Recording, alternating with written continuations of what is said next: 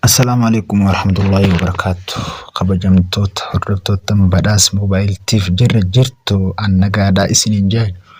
Akkasumatti har'as barnoota bareedaa kan bareeduun isinii fidee dhufe.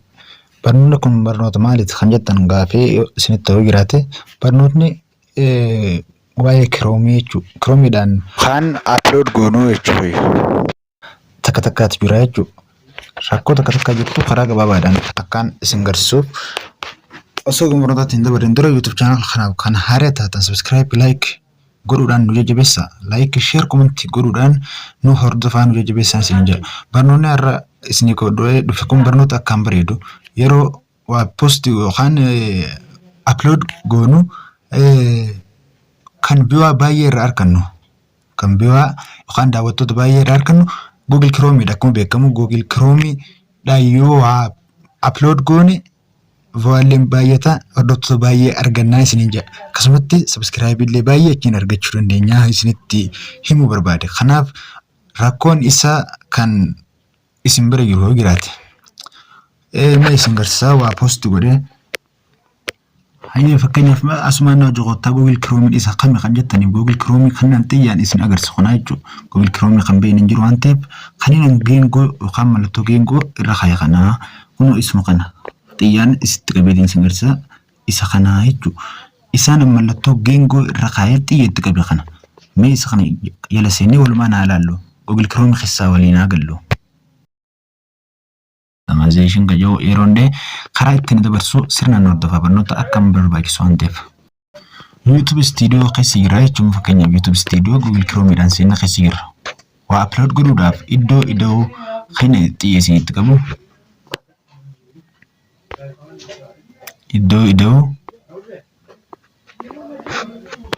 Iddoo kan xiyyeessinitti qabu kana tuunaa jechuudha. Iddoo kasirra jiru kana iddoo kana yeroo cuqqaasa kan ittiin dabarsuu ni eega.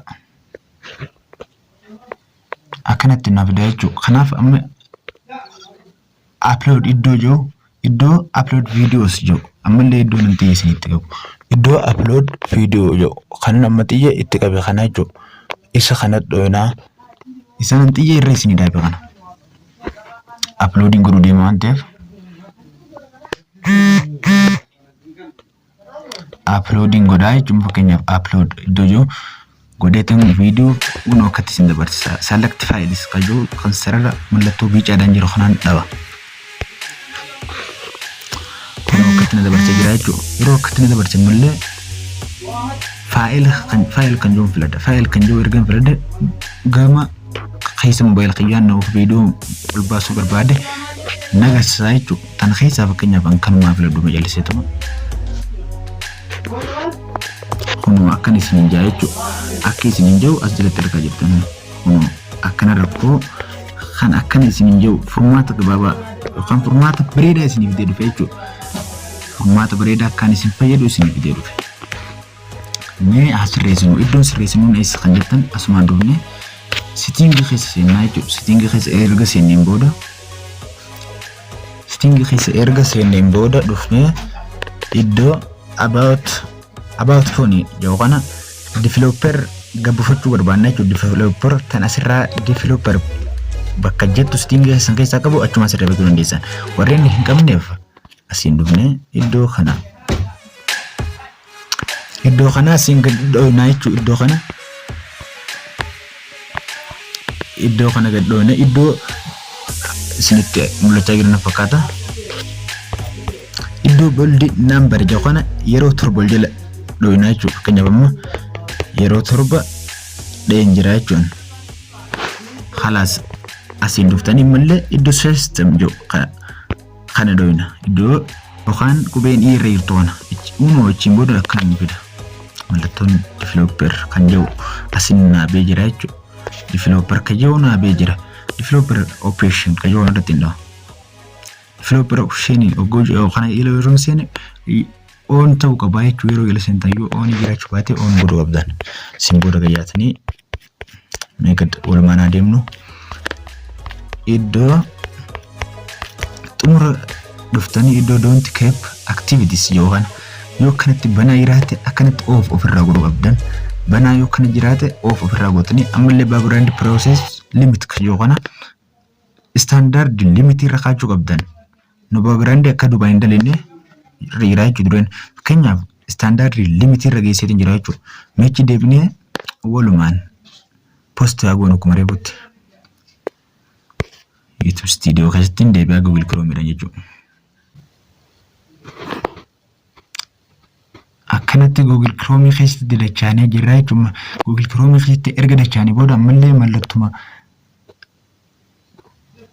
mallattuma create yookaan kanan xiyya isinitti qabe akkuma reebutti xiyyaadhaan isin agarsiisaa deemaa jechuudha.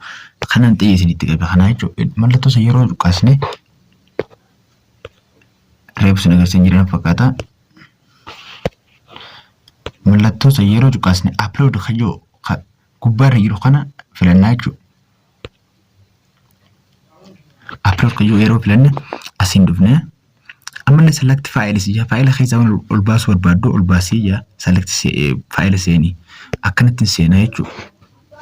File keessa unoo kan fida kaameeraa ammaan tana ifoora barbaadamu yaadayyoo isin fida. Kanaaf files kajoo kana filattan. Files kajoo erga filannee booda akkuma reefu tana viidiyoo reefu tana ol ba'uu diddee lafti limoorii bakka joo akkasuma kana isa fida. Kanaaf amma viidiyoo reefu diddee sana irratti dhiyeessan agarsiisa.